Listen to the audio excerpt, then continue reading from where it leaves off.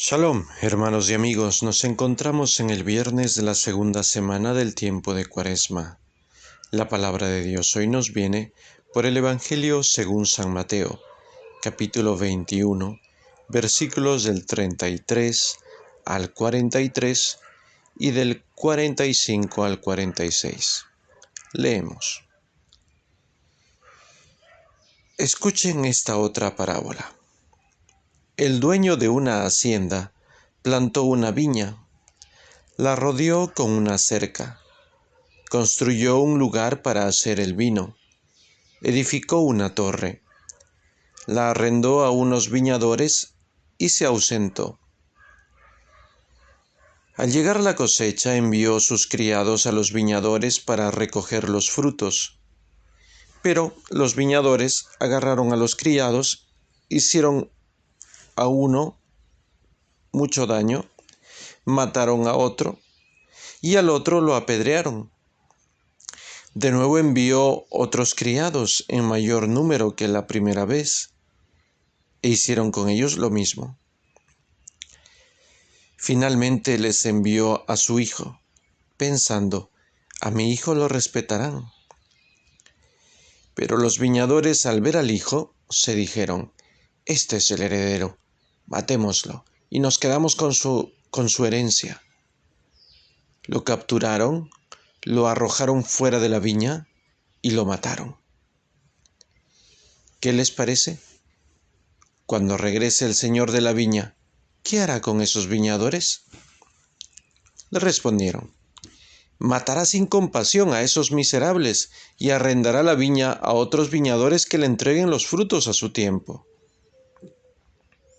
Jesús les dijo, ¿no han leído nunca en las Escrituras, la piedra que rechazaron los constructores se ha convertido en piedra fundamental? Esto lo hizo el Señor y es realmente admirable. Por eso les digo que a ustedes se les quitará el reino de Dios y se le entregará a un pueblo que dé a su tiempo los frutos que al reino corresponden. Cuando los jefes de los sacerdotes y los fariseos oyeron sus parábolas, se dieron cuenta de que Jesús se refería a ellos. Querían capturarlo, pero tuvieron miedo de la gente, porque lo tenían por profeta. Es la parábola de los viñadores homicidas, como la conocemos. Jesús está poniendo esta parábola, que diríamos es una comparación muy sabia y muy precisa acerca de lo que ha sucedido antes de Jesús y lo que va a suceder con el mismo Jesús. Es Dios el que durante muchos siglos ha enviado a sus servidores, a sus criados, y entonces ha querido obtener de su pueblo los frutos esperados de conversión, de paz, de arrepentimiento. Sus criados han sido los profetas, los hombres de Dios que han hablado de su parte. Pero estos viñadores, que se refiere expresamente y primero al pueblo de Israel, han agarrado a los profetas, a los hombres santos, y han herido a unos, han matado a otros, los han apedreado a otros, y esto lo han hecho por varias veces. Y Dios ha seguido enviando profetas y siempre han acabado así. Y al final de los tiempos, Dios envía a su Hijo, pensando, a mi Hijo lo respetarán. Pero estos viñadores asesinos, estos que dirigen el pueblo de Israel, lo matan y quieren quedarse con el reino. Y lo capturan y lo arrojan fuera de la viña y allí lo matan. Una alusión a cómo es que Jesús morirá fuera de los muros de Jerusalén. Morirá en el monte Calvario. Y Jesús hace esa pregunta provocadora a sus oyentes, que son fariseos y otros. Cuando regrese el Señor de la viña, ¿qué hará con estos viñadores? Ellos montan en cólera, muy guiados por su deseo de justicia. Matará sin compasión a esos miserables y arrendará la viña a otros viñadores que le entreguen los frutos a su tiempo. Por su propia boca, ellos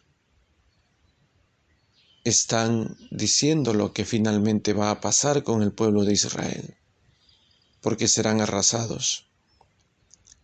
En el año 70, Jerusalén es arrasada por sus enemigos.